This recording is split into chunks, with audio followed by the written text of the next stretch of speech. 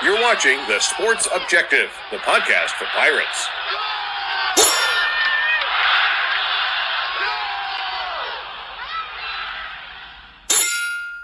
ECU, Pirate Nation, Purple and Gold family, stand to your feet, put your crossbones up, and lean side to side, yeah, and lean side to side, yeah, and lean side to side.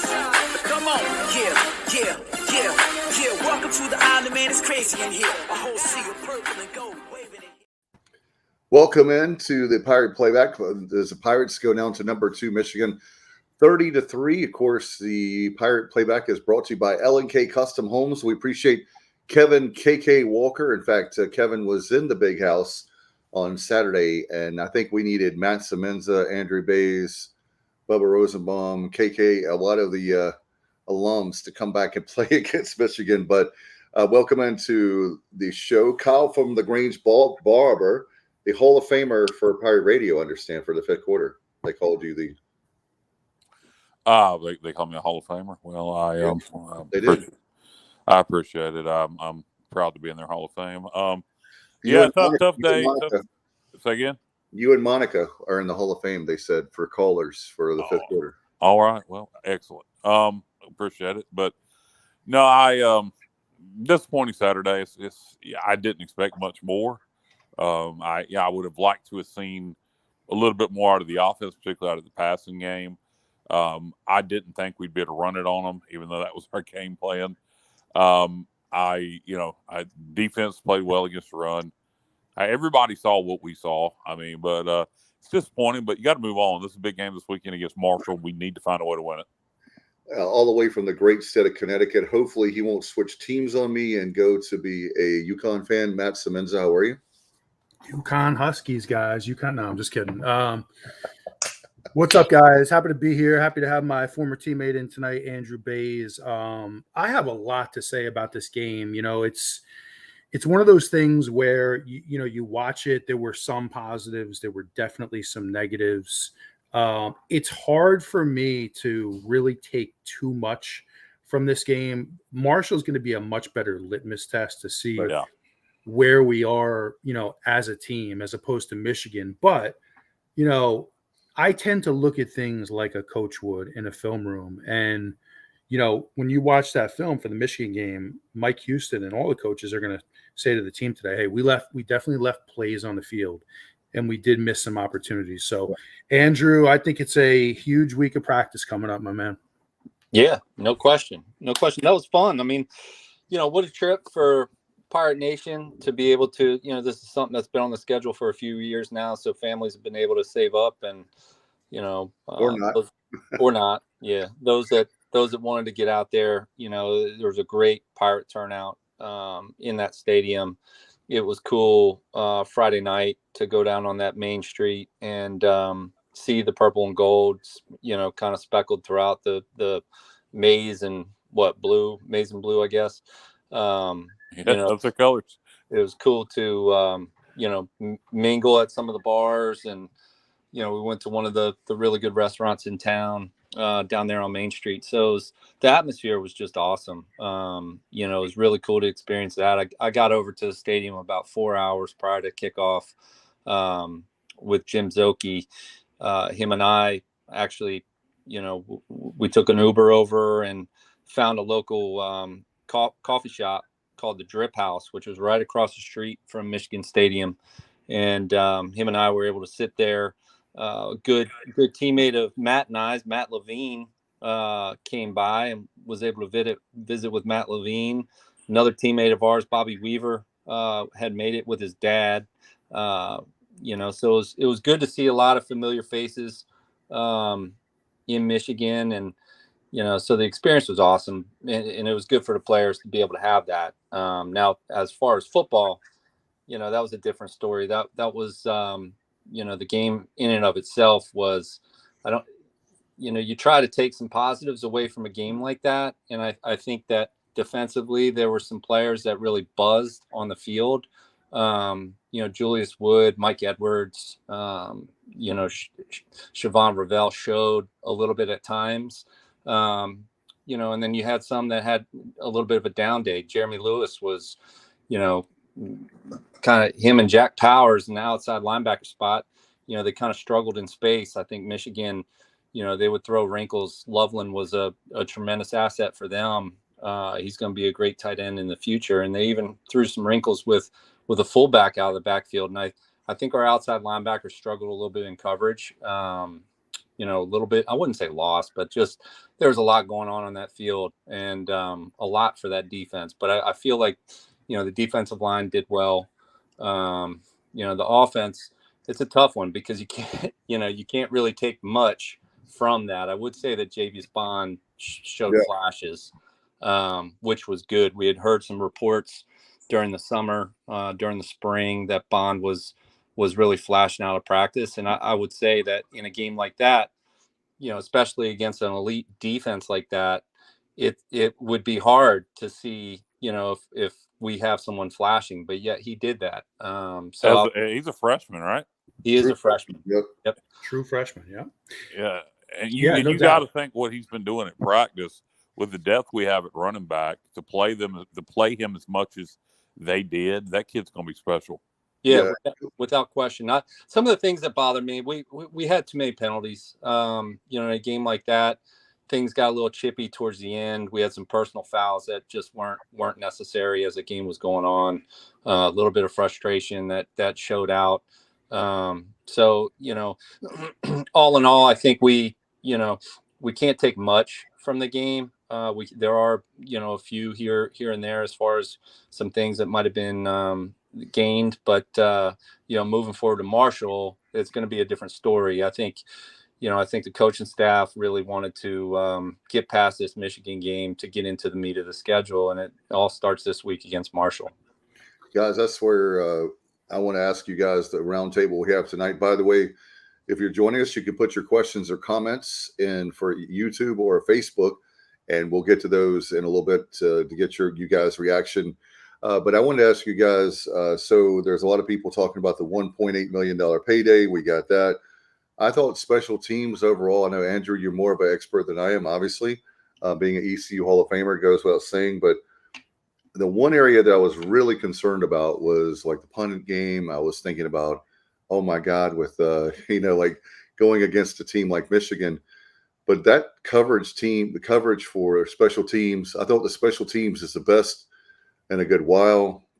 We talked about the run defense, but I just want to get your thoughts about special teams because I don't hear a lot of people in Pirate Nation talking about our special teams performance, and we know how it was last year.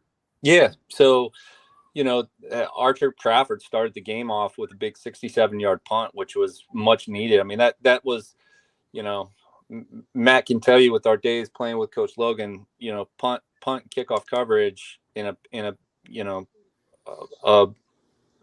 away atmosphere where, you don't want to give up a big return because a big return is going to basically turn that place inside out, and you're going to, it's going to be even more of a struggle as the day goes on. And I think, the Pirates did a great job on punt coverage, having that 67-yard net punt down to the Michigan 3 to pretty much start after the first series.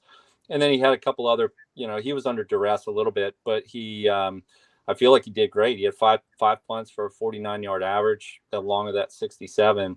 And Andrew Conrad, he missed that first field goal, which was right around 50 yards, which would have been great to have. But he came back late in the game to kind of make sure that we didn't get shut out. That 33-yard field goal.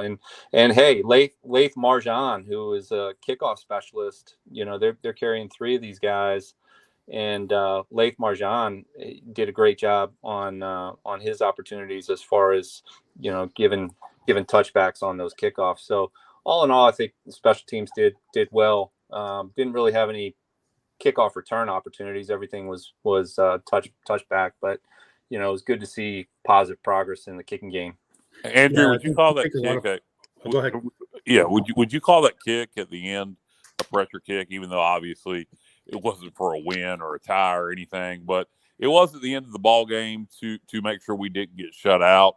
Would you say that's a pressure situation for? Yeah, I mean 100%. I mean as soon as the offense goes into a 2-minute offense as a kicker, you know that you're up, and it is a pressure spot. So even though it was not from a great distance, but and at the end of the game, in a circumstance that was just going to ensure that you're not getting shut out. Every rep can be a mental stress, and I'm sure for him that wasn't necessarily a chip shot, realizing that if I miss this, we're going to get shut out. That could pay dividends down the road. I think you guys make some really good points, and I always kind of go back to complementary football and defense, offense, and special teams working together. And you look at that very first possession with the punt, the deep punt down to the 1 or 2 yard line, and our defense came out like gangbusters, almost had a safety there. Yeah, and 3 straight runs up the middle for Michigan, and we absolutely stuffed them, right? So you go back to the opening of the show, I kind of mentioned that missed opportunities. So that's a huge spot right there. Michigan was forced to punt deep from their own end zone, and we get the ball in plus territory. 46 or something. I believe so. And in that spot, you have to, if you're going to beat a team like that, you have to capitalize. And I know it's the first quarter of the first game and it's in the big house, but you just can't miss opportunities like that. You have to find a way to at least get 3. And, we threw the deep out route on 3rd down, and it was intercepted. That was just a bad throw off the back foot. That's one you have to, when you're making that throw, you have to make sure that you get enough air under it to get it out to the sideline and let your receiver make a play. So the shaky throw there, but you get back into Kyle missed opportunities in that game, and that was a big one right there because you had a chance to take an early lead and get some momentum. Yeah, we had our great friend Terry Gallagher, one of our contributors for the show over the years. He said he was talking about that very thing. He was talking about for us to be aggressive, punch him in the mouth. And Andrew, Matt makes a great point. Being aggressive and punching them in the mouth early, you get 3 points, you get a touchdown right there, and of course the bogus officiating with letting a quarterback go over 2 yards for a touchdown. Well, to talk about that play a little bit more, Dave, that Matt was just talking about, we were trying to be aggressive there, and Garcia first to pick, and I don't think it changes the outcome of the ball game, but if we're able to score there, it certainly gives us more confidence. Obviously, it's a closer ball game, but you hated to see that there, and to be fair, to Garcia, it's a pressure situation, but it's like y'all said, he threw off the back of his foot. That's what happened. You can't make that throw there in that situation. You have to be smart, and you have to play with some confidence. Yeah, no question about it. I think it's what you guys said. It was an ultra conservative game plan. I hate to use the term, Andrew, but maybe you and Matt can talk about it. It felt like at times we're playing not to lose. Is that fair, or am I being too dramatic about it? But it felt playing. No, I don't even think it was not to lose, Dave. I think we played not to get embarrassed. I really think it got to the point. That's the game plan. There's no way Mike Houston had that. Maybe I'm wrong, and Andrew, Matt, you guys would know better than me. You tell me. But based on that game plan I saw, I don't think Mike Houston had any realistic expectations of winning that ball game, running it up the gut on Michigan. Yeah, no, I think a lot of that was trying to eat some clock up. Part of the idea of moving that game along and eating the clock up. You a recipe for that game. I'm sure Matt's talked about this maybe in leading up to Michigan, but a recipe in that game is for one, you've got to have the dogs in the locker room that are fired up to have the opportunity to play in that game and show out on a national stage. So that's number one. Number two is you've got to, your special teams has got to answer the call. And they did that early on with that punt to give the defense an opportunity and make the offense have long fields. So, however you do it in special teams, you've got to be able to flip the field. And I feel like early on they did that. And then 3, you just cannot turn the ball over. At any point in time in the game, if in a game like this, in a hostile environment, you just cannot, you have to be protective of the football. And the Pirates were so great at that last year. It's plus 13 and turnover margin, being top 5 in the country in protecting the football. That was number one. And we knew that was going to be an issue going into Michigan, with young quarterbacks, as well, not necessarily young quarterbacks, but young in plays quarterbacks. And, that's what reared its ugly head early, because, even though the offense stalled out in its first drive, it was okay. It came back with a big punt, and offense gets the ball back in plus territory, which is exactly what you want for a recipe for winning football in an environment like that. Right. And, you not only do you turn the ball over, but you immediately give up 7 points after that. So, right. When you get those opportunities and you squander them, it becomes a major issue. So yes, the answer at the end, towards maybe middle of the game, it became, let's not get blown out by this team. And, it became what it was, but, that's just my take on it. Yeah. I mean, and I liked from the game plan strategy standpoint, I like the idea of, even though sometimes you're not getting much in the run game, you can't abandon it. You have to keep probing the line and trying to make something work. But so I had no problem with, running the ball. I think my issue with the game plan was just kind of running up the middle with no creativity. I mean, it just wasn't going to go anywhere.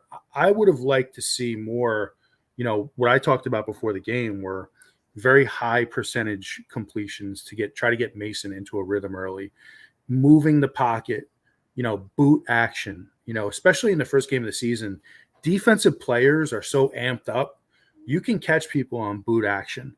You can fool some people. And I thought that we were very vanilla on that first drive with the run up the middle. And then, obviously it led to disaster on third down there.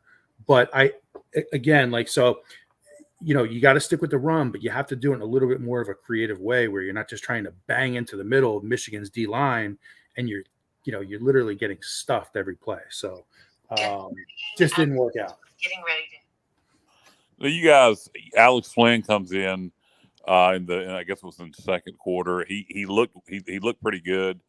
Didn't play as well in the third. Mason comes in the fourth when Michigan's backups are in. Of course, Michigan backups are pretty good, and Mason played better. What did you guys think of Alex Flynn's performance and of the two quarterbacks in the limited amount we saw of them? Who did you think had the better day, Mason or Flynn? Well, that's probably not a fair question, because I mean, I'm asking it anyway. Yeah, Flynn came in. I mean, Flynn came in a tough spot coming off the bench, answering the call in the middle of it, what we're still ones on the field for Michigan.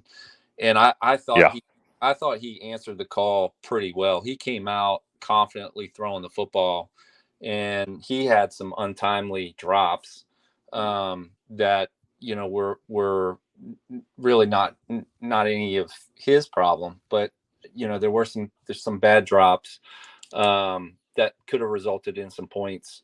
But I thought he looked fairly sharp for coming off the bench. He showed some confidence. He showed some, the ability to process the defense and what was in front of him, be able to release the football, get it out.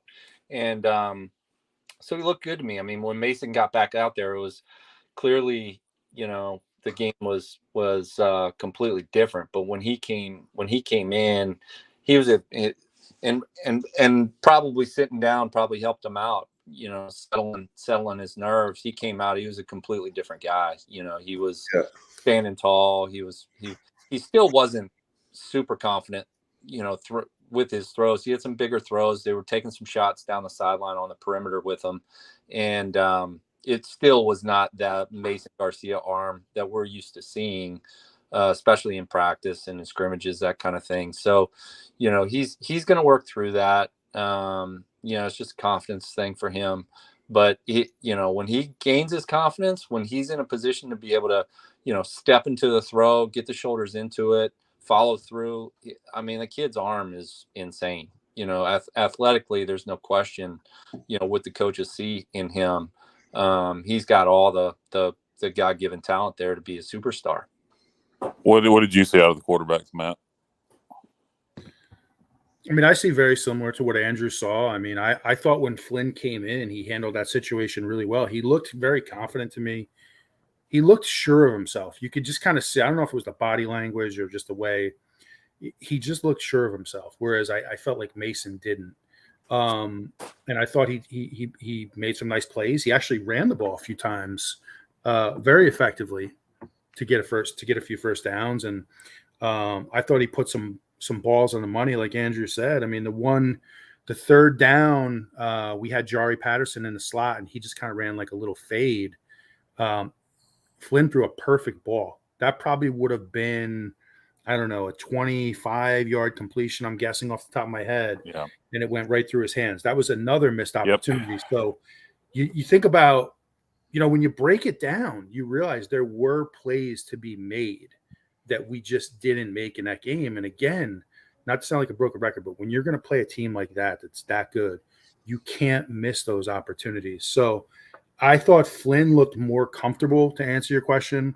Where it goes from here, I have no idea. It's going to be really interesting to watch this week how it unfolds against Marshall.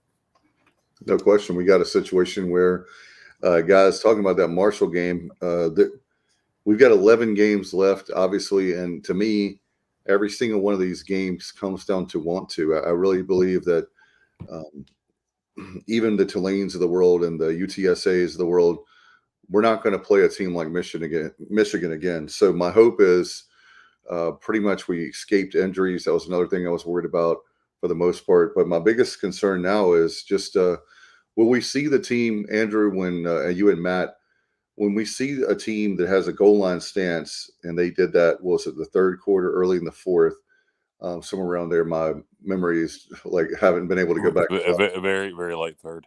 Okay, late in the third. So I'm going, wow. I thought, please, we got to find a way, some kind of goal line stance, something. I just feel like with the next games coming up, for the month of September, especially, these are games we cannot afford to not play our best. I mean, if we could play like that, my point is against Michigan, then why not these other teams? We can score a lot of points, hopefully.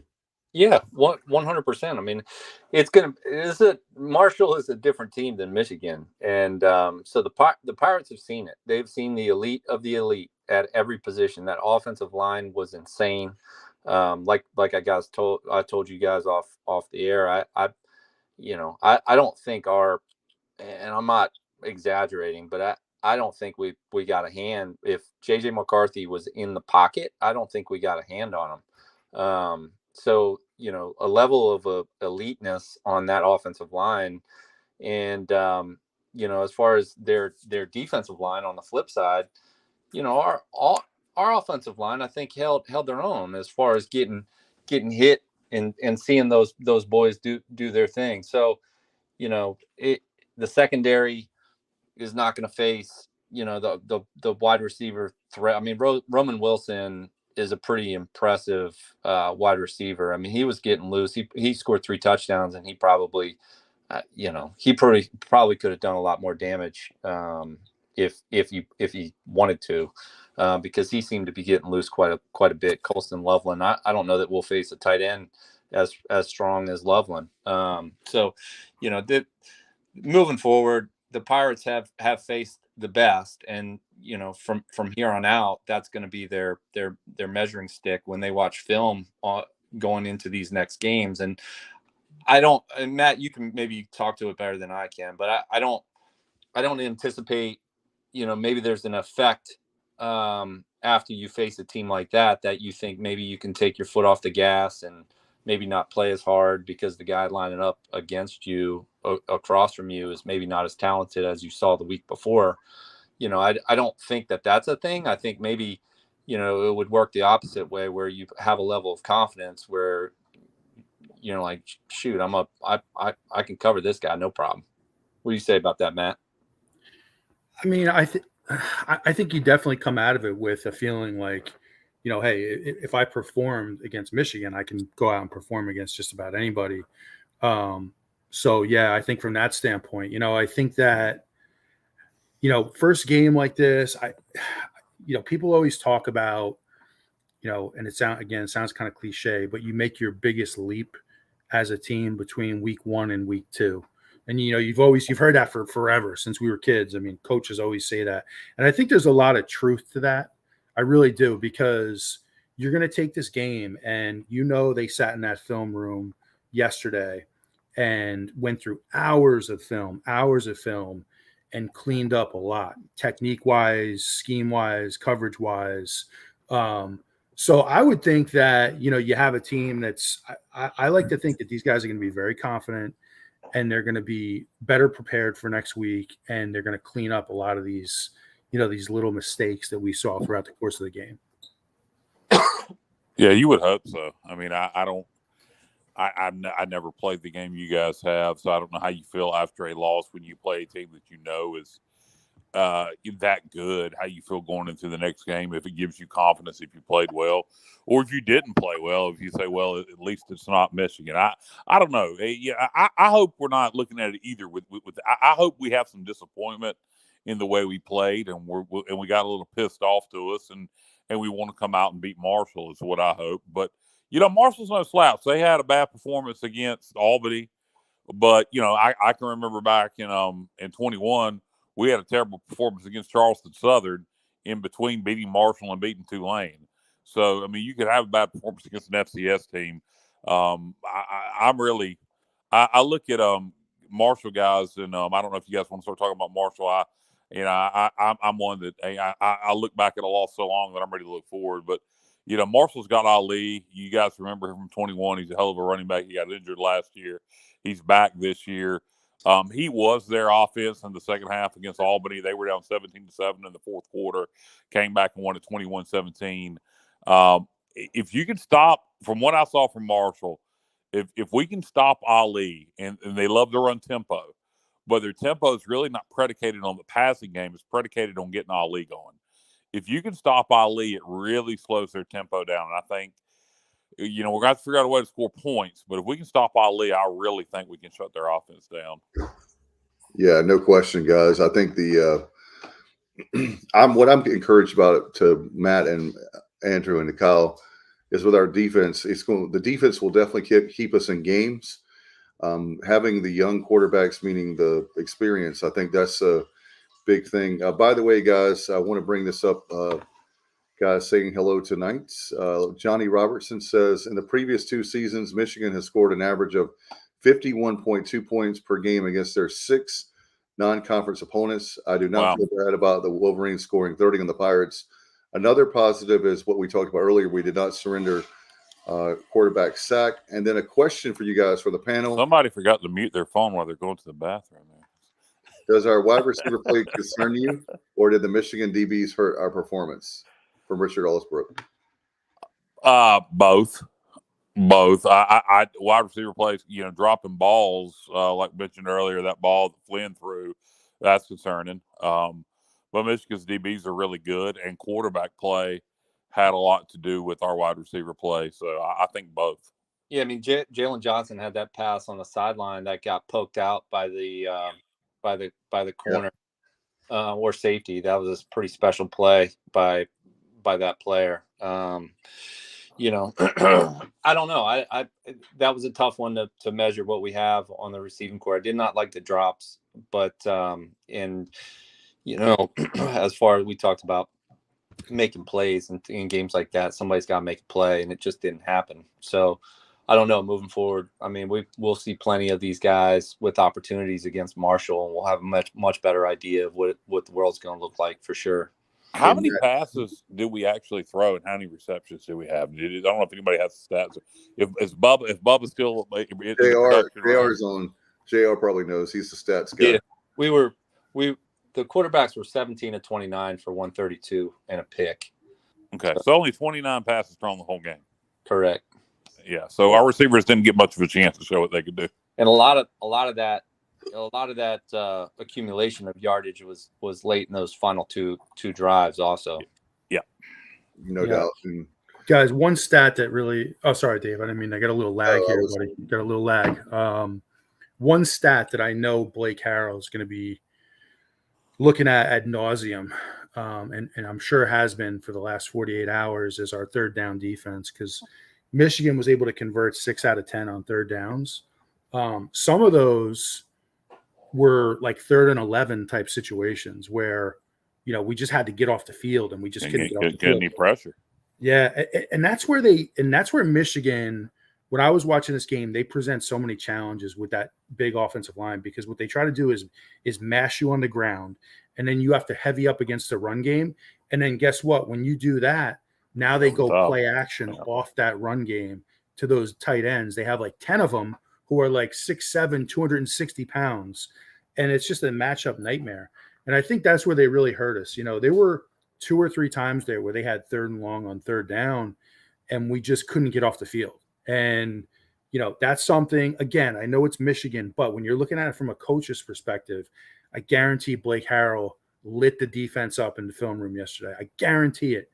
I mean, that's something he's going to talk about a lot this week, because it doesn't matter who you play. If it happens against Marshall, you're going to lose that game too, most likely. Or, you're going to give up some plays. I'll tell you what, for what I saw Saturday night, Matt, if we make Marshall's quarterback look good, we got problems in secondary. Agreed.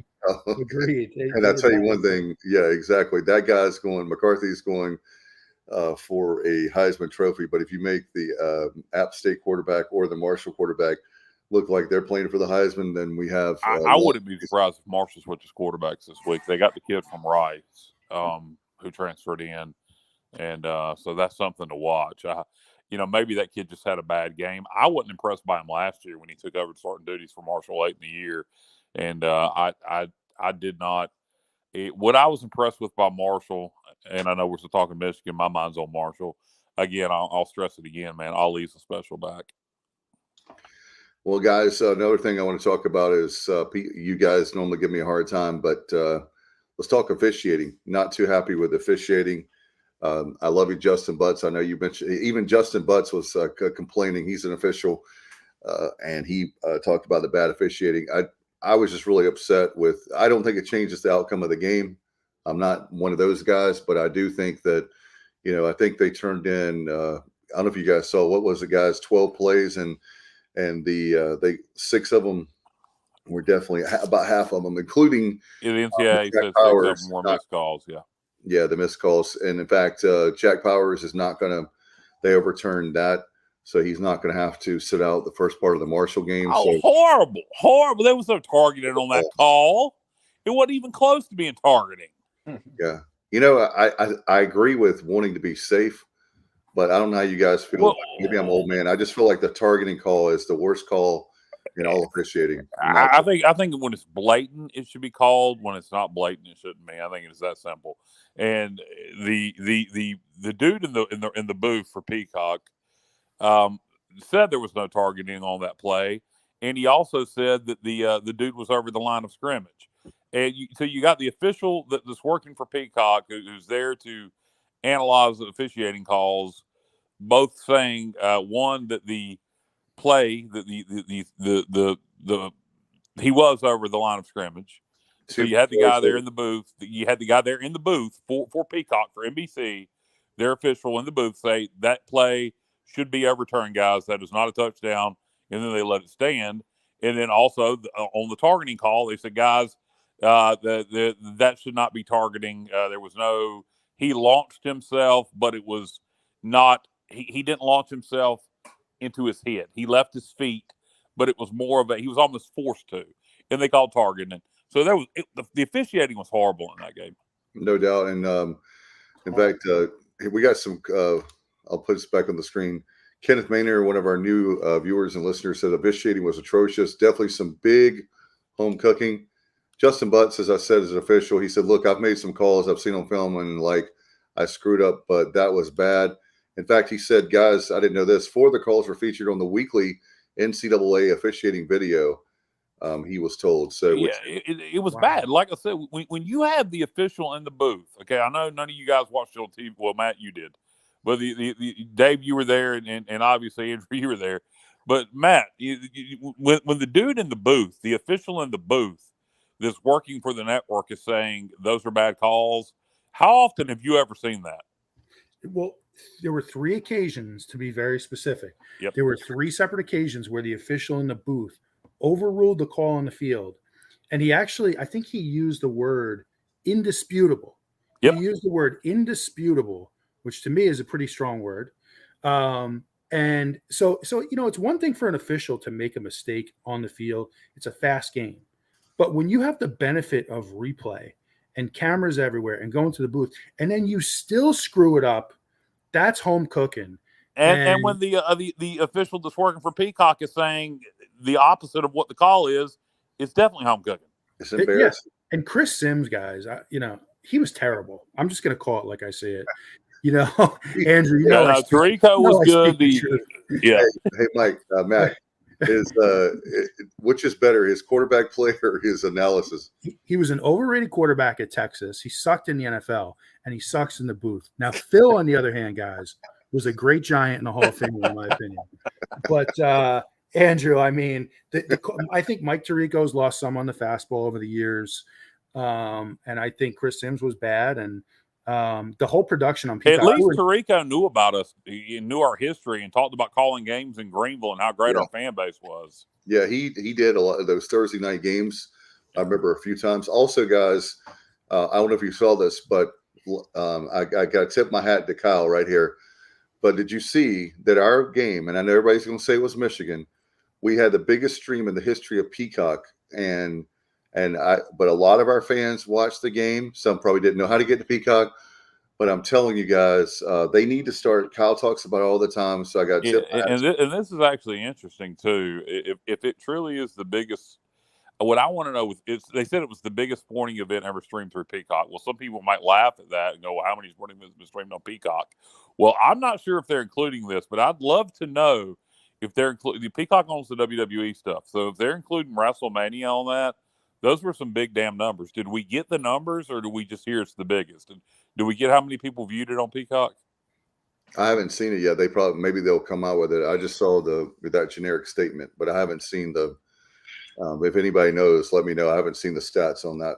And maybe with the holiday, maybe it's tomorrow we would hear something like that. But I haven't. Well, they got the numbers. If they said it's the most streamed ever. I know. I'm just saying. Yeah. When will they release it? Is my question. I don't know about that, but I did want to mention that because I thought that was it's one of those things where SMU, and I don't want to do a Matt here, but SMU. It's frustrating that we haven't had a chance to talk about this, but they get to the ACC, but they have like 10,000 people there. We can talk about Dallas. We can talk about all the money they have, but East Carolina can sell out more stadiums in the ACC than SMU ever will. It's just so frustrating. And then our fan base is so big. You can talk about Michigan. They have a huge fan base. Oh, my God, that stadium is impressive. We could do a whole show on just the experience at the Big House. But as far as East Carolina, I'm telling you guys, we got to do something to really push our program and really sell our program because we have something to be proud of. In fact, Andrew, I've heard 2 numbers. Maybe maybe you guys. I've heard 6,000 and I've heard 8,000. I don't know, but it sounds more like bold numbers of how great our fans are traveling. Have you heard that? I heard 2 different numbers. So not that it really matters, but just curious. You're saying how many fans travel to Michigan? Yeah, to the Big House. Yeah, no, I did not get that number. But they said 6,000 on TV, Andrew. On TV, they said 6,000. Yeah, I mean that whole upper ring in the east end zone, plus what I saw sprinkled throughout, plus what I saw the night before. I mean, there was quite a bit of pirate purple there for sure. No doubt. By the way, guys, Richard Allsbrook has this to talk about. No, Matt, you want penalties? ECU 10 for 88 yards, Michigan 5 of 35 yards, and his point being is that, and of course, we can talk about that's something. Those late hits were, come on, man. I know, Andrew, you were very outspoken, which you should be as a former player, but very unnecessary. When I was listening to the radio broadcast in the fourth quarter, very unnecessary. You know, you're frustrated. We alluded to that earlier, but you got to find a way. We can't. You know, it's one thing we're done with the Michigan game, but when you have these 11 out of 12 games that are they're pretty much even games, you can't have these late hits like that can make the difference of winning or losing a game. No, you got to keep your composure. At the end of the day, you got to, you know, every yard matters, and you can not ever, you know, give your opponent an opportunity to gain yards unnecessarily. And you know, they'll coach that up. Blake Harrell will coach that up. Mike Houston will coach that up. Those were just some lapses in judgment on Saturday. And, you know, for the most part, Pirates last season didn't have a lot of penalties. And, you know, they excelled in that category. So Mike Houston's got a good, you know, disciplined team. And I have no doubt that that'll get cleaned up this week. No question. Looking ahead with this Marshall game, you know, it's one of those games like we talked about. Things can go either way. Do you guys look at it like with this? For me, what I'm looking at is I want to ask you guys about the rule change that I hate very much, but this whole trying to speed up the game. You know, understand the whole thing for baseball, but trying to speed up a football game is just crazy to me. But well, you know, the reason they're given is to make it safer for the players, which is the stupidest shit I've ever heard in my life. So you're telling me by not stopping the ball on first down that makes the game safer for the players because it shortens the game? Shut the hell up. You're trying to squeeze in as much football as you can into your time window so you can get to another game. Please, Matt, Andrew, you played the game. Explain to me and deeply analyze to me how no longer stopping the game for first downs, except in the last 2 minutes of the game, makes the game safer for the players. Please, Matt, I'll let you go first. Explain how that makes it safer. I hate the new rule. I don't really think it makes a whole heck of a lot of difference. I think they just wanted to speed up the game. I think that's just what it came down to. For whatever it is, for TV purposes, whatever it might come down to, they wanted to speed up the game. You know, whenever people talk about player safety, Kyle, I always kind of chuckle at that. You know, I remember a few years back, the NFL was all in on concussions and, you know, looking into that. And then, you know, they did so much research and documentaries, and guess what? They added more preseason games that year. So, you know, it's just it's all kind of interesting to me. But I think they just wanted to speed it up, similar to what they did in Major League Baseball this year, Andrew, with the pitch count, the pitch clock. Which now in that situation I really like it, but I wasn't for it. What are your thoughts, Andrew? I wasn't for it in college football. Well, you guys haven't had to sit in a booth and talk through some of these long games. So. Yeah, I like football. I don't mind watching it. You know, it doesn't bother me how long it goes. But Andrew, do you think it makes the game safer? I mean, they can get into that, but I think at the end of the day, you know, the model of the NFL has proven out, and I think that, you know, you kind of alluded to it. It's keeping viewership. You've got to. The NFL mastered how to maintain viewership inside the program. Right.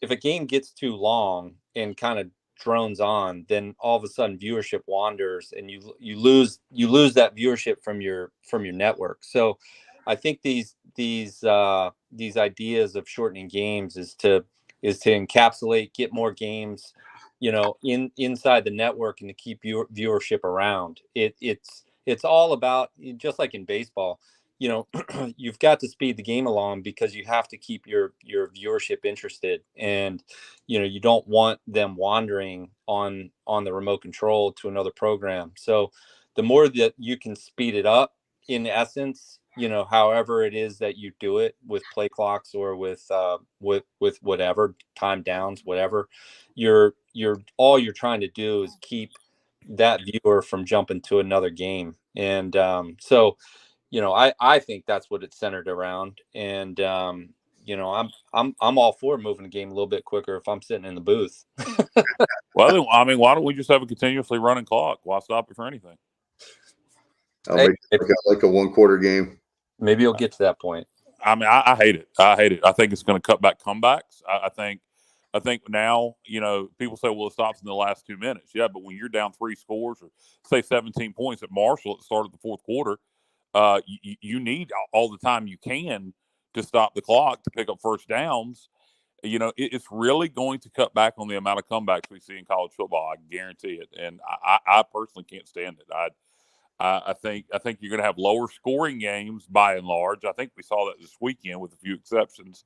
And I really think it's going to cut down a team's abilities to come back. You think about with the clock, you're down 17 points at the beginning of the fourth quarter now, and that clock don't stop for the first down, you're screwed. You're not going to see too many comebacks from 17 down in the fourth quarter anymore. Yeah, I think that's a good point. I agree. I mean, I think you're just going to run out of time. You're just not going to. I think that's the biggest issue I have with it is you're not going to see some of those dramatic comebacks like you have in the past.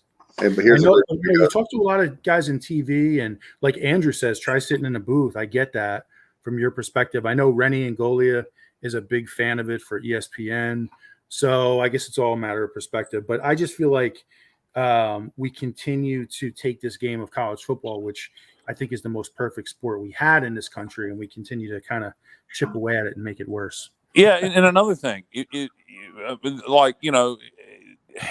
they keep wanting to make it similar to the NFL. Well, if I want to watch the NFL, I'll watch the NFL. There's a reason I'm a college football fan. I watch, you know how much NFL football I watch? 0. Yet I watch every college game that's on. I watch every MAC game. I watch FCS football. If I want to watch the NFL, I'll watch the NFL. Quit trying to make the game like the NFL.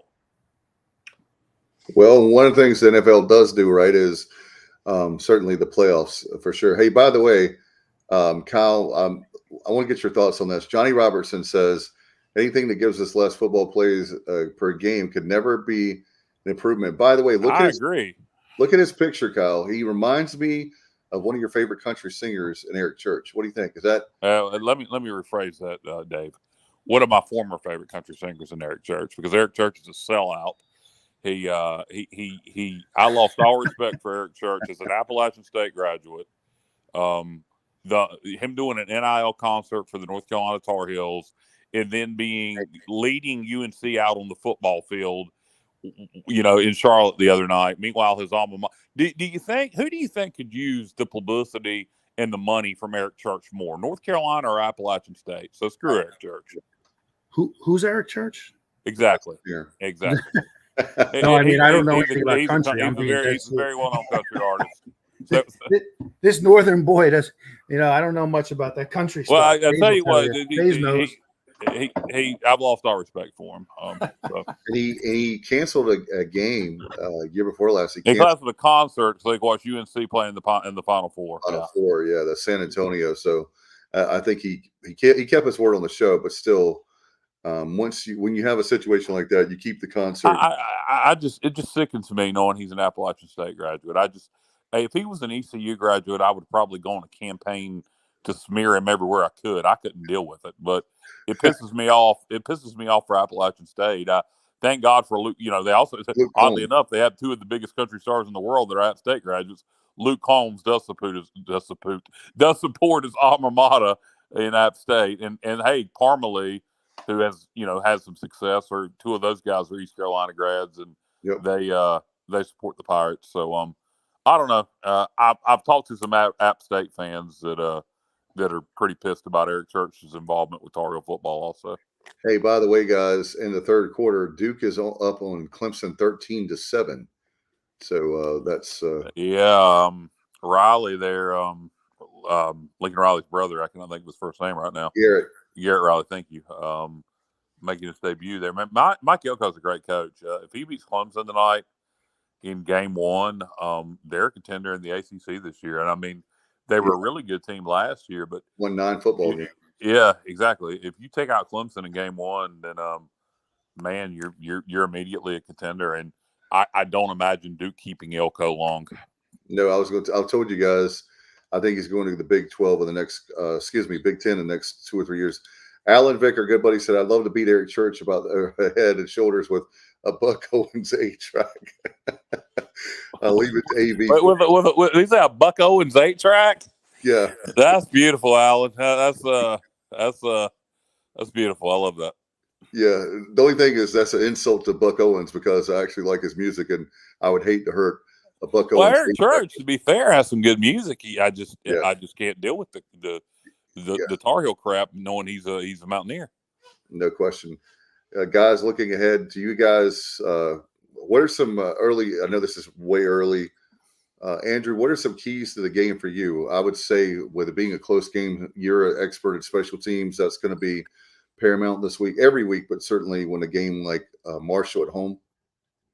Yeah, no, 100%. I mean, the kicking game has just got to continue to improve.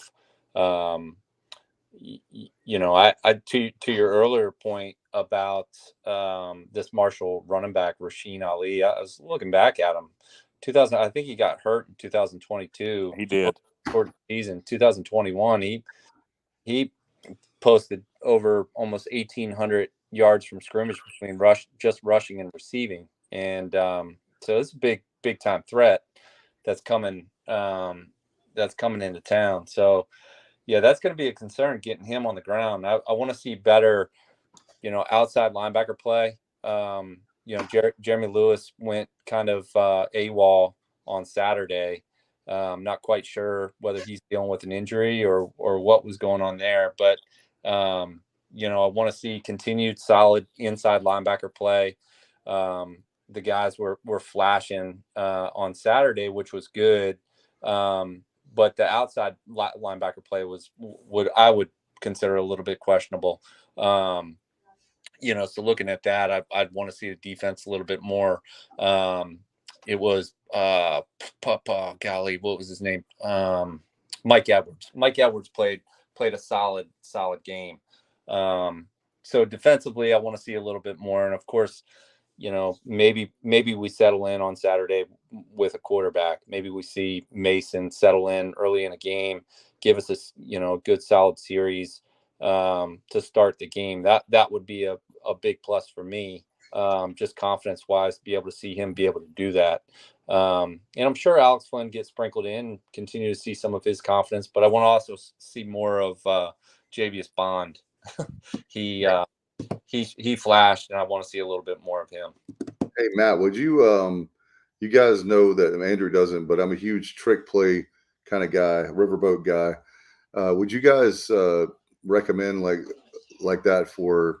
I know Coach Logan used to do that. He said because he had to, because you guys were playing like big opponents. But you guys think that we can see a couple trick plays like halfback, option? We just throw a halfback pass, a long touchdown pass, or any of that kind of stuff, any kind of wrinkles that Marshall. Do we have any former quarterbacks on the field at receiver or running back? Right. Yeah, that's I'm not sure about that. That's a good Bringing question. Jeter, like a Jeter in, Raheem, like he's a great athlete. I know he's third string quarterback, but have him at. Well, that wouldn't be obvious, Dave. I know, but I can't remember Mike Houston being a big trick play guy. Tyler Snead threw several passes when he was still here under Houston. Right. So because he was he had the ability to do that. Right. So the question is, do we have anybody on the field that can do that? I don't know if anybody knows the roster, if anybody played high school football. I like trick plays in the right situations. I'm actually I don't think it's done enough. I'm a big fake field goal guy. I don't know how you guys feel about that, but I think in the right spot, you don't see them ran very much anymore. But I'm big on that. But Dave, you asked earlier about keys to the game, beating Marshall. I think the biggest key to the game, I think there's two things. I think you got to stop Ali. I think if you stop it, Ali's going to get his yards. What you have to do is not let him get a big play. You can't let him have explosion plays. If he gets yards, 4 yards, 3 yards here and there, if he busts off a 12-yard run, but you can't let him bust off those 40 or 50-yard runs. So you got to keep Ali in check. If you keep Ali in check, if Ali gets going, they start running tempo. So you gotta keep Ali in check. And then the other part is don't turn the ball over, because if you can keep Ali in check, I don't think they have much else on offense, at least what I saw in week one. And so the biggest thing on offense to me we need to establish the run. We got to have a quarterback. I don't care if it's Flynn or Garcia. One of the two has got to play well. I think we need to utilize the quarterback run against Marshall. I saw Albany have some success with that on zone reads. I think both guys have the ability to do that, Flynn and Garcia. So to me, those are the three biggest keys to victory. Stop Ali is job number one, and then the other two keys to victory would be establish the run, and one of those two quarterbacks has to be just give us consistent play. I think those are all really good points, Kyle, and he's definitely the engine for that team that makes it go. Really quick, I'm hopping back to the trick play discussion for a second. Two things on that. First of all, I love it coming out of a long TV timeout. Yeah, I love to call a trick play in that spot because you can catch a defense off guard a little bit on a lull. And you do see that it's a perfect spot coming off a long TV timeout. But also, a lot of that, Dave, to your question, is dictated by what you see from the defense, not so much your game plan. So, in other words, occasionally you'll see a free safety who he has a tendency to get a little nosy and play up to the line of scrimmage and kind of play downhill in the running game. And he has a tendency to bite on play action or a trick play like that. So a lot of it is dictated by what you see on film. If you can spot a free safety who gets a little nosy and tries to jump up in the box and make plays, it's a great time for it. But, those are just my thoughts on it. I don't think we've seen one in a few years, though. Hey, no, guys. the last one I remember, guys, was a pass Snead through, and I cannot remember the game who it was against. But so that would go back to the 21 season. I know the South Carolina game we did I think Snead threw it on the first play. But the very first play of the game, we caught them off guard. But I'm not saying, don't misunderstand for people listening. I'm agreeing with you guys. It has to be the right situation. I'm not saying just to do it. But I think we need to throw with these games. They're so evenly matched. One little wrinkle, one little thing like that could be the difference. The fumble rooskie's illegal now, right? You can't run that. Yeah, you can't do that. Yeah. By the way, Clemson just missed a 23-yard field goal, and so Duke not only held them, but they drove down the field, and it was a 23-yard chip shot, and missed it. So I got a question for you guys, and Andrew in particular, being you were a punter and a kicker. Have you ever wondered why in the world on a fake field goal when the holder is able to pass or run the ball, shouldn't theoretically the ball be dead when he gets it besides to kick it because his knee's down? Yeah, that was always the question to me too. As far as you're leaving from a position where you're already kneeling type thing. Yeah, no, I get it, because I used to think the same. I used to ask the same questions like when I was a holder, like how does this work? But I don't know how the rules work within that. But obviously, we used to run all kinds of trick plays. Yes, sir. What about fake punts, Andrew? You're a punter, so. Yeah, I was 100% completion percentage. I think I was like 3 for 3. I got a funny story, Matt. You'll like this one. I'm trying to think. It was maybe my sophomore year, and they would bring me in for long field goals and fake field goals. And so we're lined up for like a 47-yard field goal, maybe against Duke or Wake or somebody like that in Dowdy-Ficklin. And the ball it's called the fake field goal was called Yoshida, who was our defensive line coach. And the coach and Cliff Yoshida, who actually recruited me out of DeMatha Catholic High School. Yeah. But in any event, so Coach Logan called Yoshida, and so in Yoshida, the ball is snapped directly to the kicker. So instead of going to the holder, to your point, Kyle, it came directly to me, being in the kicking position. And then I roll out, and there's 2 outlets. Buck Collins was one of them. He was the deep outlet, running a kind of like a deep out. And so I roll out, and I'm waiting. And I finally, throw a, 26-yard pass to Buck on the sidelines, but he caught it at a point where he couldn't do anything with it other than run out of bounds. So, we get the first down. The crowd's going crazy. I get to the sideline. It's my first completion, and I'm fired up. Buck comes up to me. Matt, you'll appreciate this. Buck absolutely lays into me. Like I'm looking to give him a hug or a high five or something, and he just absolutely lays into me. And long story short, he was wide open the whole time, and I'm rolling and rolling and rolling, waiting for him to technically be open in my eyes, but he was open the whole time, and he basically, in nice words, called me a jerk and told me that he could have had a touchdown if my jerk butt would have thrown him the football earlier. Oh, that's great, man. So one of my favorite things, I've been joking around with Bays about this for 25 years now. There's a play at West Virginia where I don't remember if it was a fake or if it was just like a muff snap. No, I was being an athlete, Matt.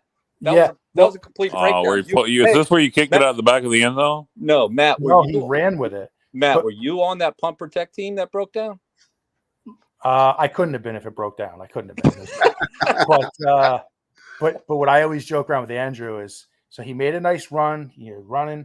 He ran out of bounds. I wanted him to lower the shoulder. I wanted him to teach the free safety or whoever it was a lesson. But, it didn't happen. It didn't happen. I always figured there'd be another opportunity to make you proud, Matt. Dude, if you ran over a safety or a linebacker, that would have been the greatest ECU play of all time. Well, I'll tell you what, the main thing is you guys both had a lot of wins for East Carolina, and that's one of my questions I had for you guys. We were talking about, I know in the green room, about identity for this team, and one of the people that knows a lot and I have to eat some crow, at least for game one, is Primetime, Coach Prime. But what about the whole swagger thing? I know Matt gets tired of me saying the word swagger, but you guys had a lot of it. How does this team, how do you get that swagger, knowing that you've got talent, you've got guys that have potential, but win?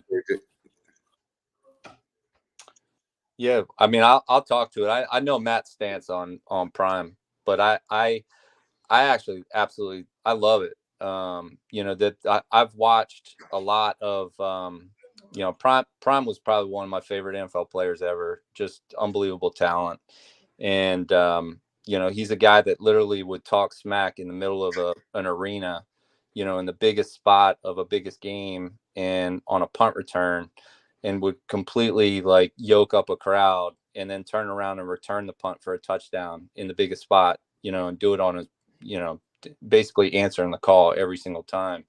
But he, I've watched his practices, and he's put together a heck of a coaching staff, and they run an intense competitive practice, and those guys are believing. And it's Matt and I came from a culture where a coach is going to get everything out of you one way or the other, and bring the best out of you. And I feel like Coach Prime is one of those guys where he understands how to get to his athlete, and he might not have the richest roster, of talent right now, but he's going to get every square inch of talent out of that roster that he possibly can to win football games. And I'm loving seeing it. The guy's touched gold everywhere he's been, and that was an incredible start to his Colorado career. No question about it. We'll see how that all plays out. Do you guys, I know Richard had a question. I'm going to throw it up here.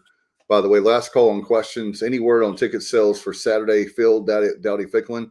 I have not heard. Do you guys have any idea on the Marshall game for size of the crowd? Somebody told me last week that we had already sold over 40,000. I don't know if that's true or not. I believe it might have been Tom Earnhardt that told me that. In one of our text groups, guys, but somebody said they called the ticket office, unless I dreamt it, and said we already sold over 40,000. So if that's the case, and I hope it is, then I would expect anywhere between 40 and 45,000. That's great.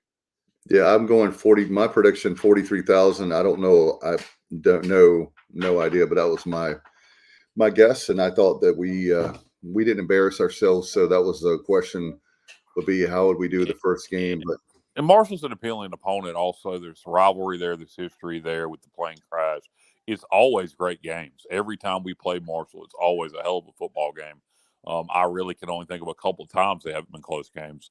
So there's some name recognition. There's some rivalry. There's history there. It's the first home game. they've never beat us in Greenville. Yeah, don't talk about that, Dave. Let's don't talk about that. Let's pretend like it's just don't make that a thing. So I expect a good crowd. Right now, it's a 50% chance of rain for Saturday. I hope that goes away or goes down between now and then. High of 84, low of 68. So you're talking in the 70s during the game. It'll feel great. After initially at 4:00, it'll be around 84. It'll be dropping throughout the game, but hopefully the rain stays away and we have a good turnout.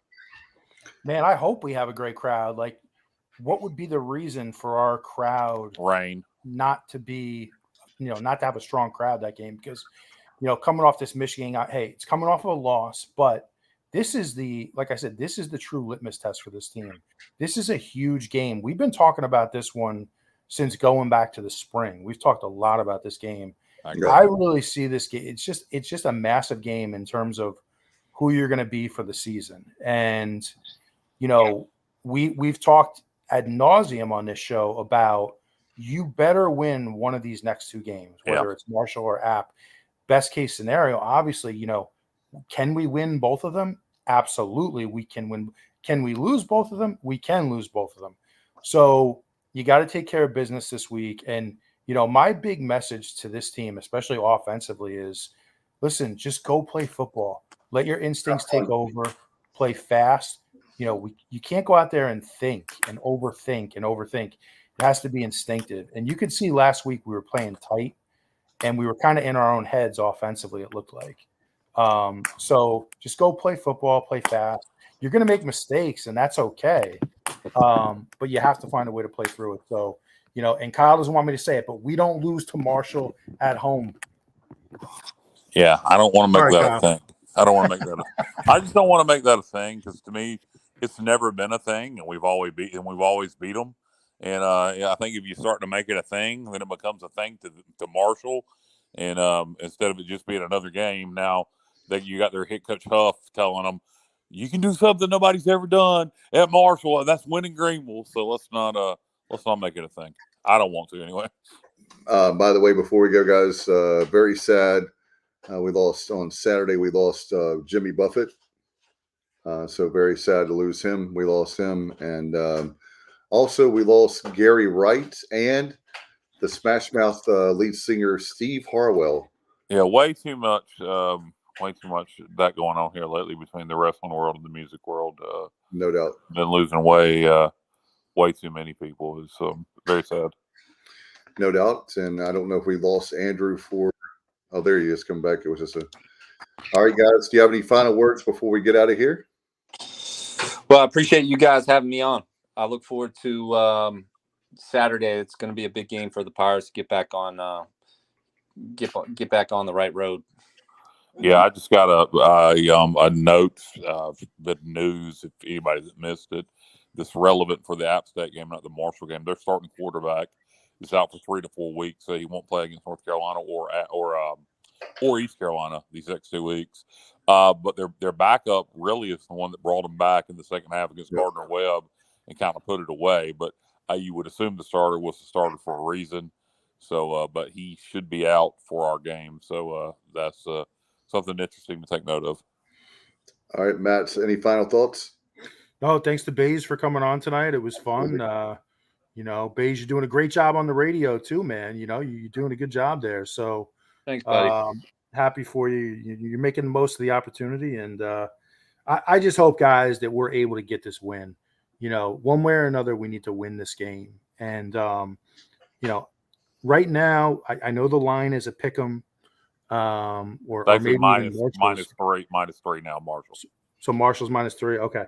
I'm going against that. I think we're going to get the win this week based on a lot of different things we're going to talk about. But I feel good about the Pirates at home this week. I do too. I feel much better this week than on the road against App, but you never know. You never know. That's why we play the games. I'm calling for overtime. Oh man, here we go. More plays, baby. Are you talking about for this week or when Andrew's on the road at Boone? Maybe both, but I'm calling it for this week. Okay, I'm teasing because I know Andrew was talking about how long having to sit in the booth. Thanks, Andrew, man, ECU Hall of Famer, great punter. Appreciate you for all you're doing on the broadcast, and look forward to great work in a couple weeks. Thanks, guys. I really appreciate it. No problem. All right, want to thank everybody for watching and listening tonight. Our Pirate Football Playback brought to you by LNK Custom Homes. Give Kevin Walker a call on the screen now. He's a licensed general contractor. The number is 336-688-8461. Good night, everybody, and go Pirates.